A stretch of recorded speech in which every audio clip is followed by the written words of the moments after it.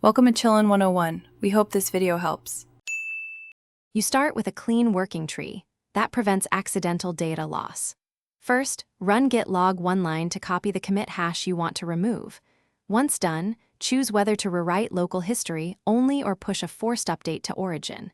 If you need to drop the most recent commit, use git reset hardhead -1.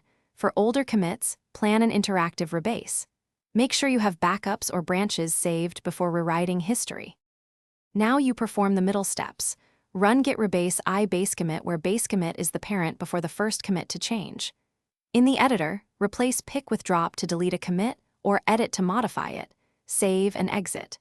If conflicts appear, resolve files, stage changes with git add, and run git rebase continue.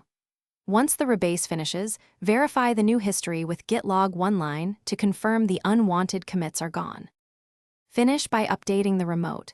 Use git push force with lease origin branch to safely overwrite history while checking for concurrent updates.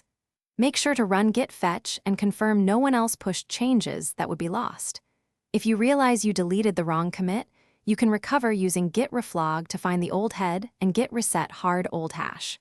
One key troubleshooting tip: if others rely on the branch, coordinate and provide recovery steps to avoid broken clones.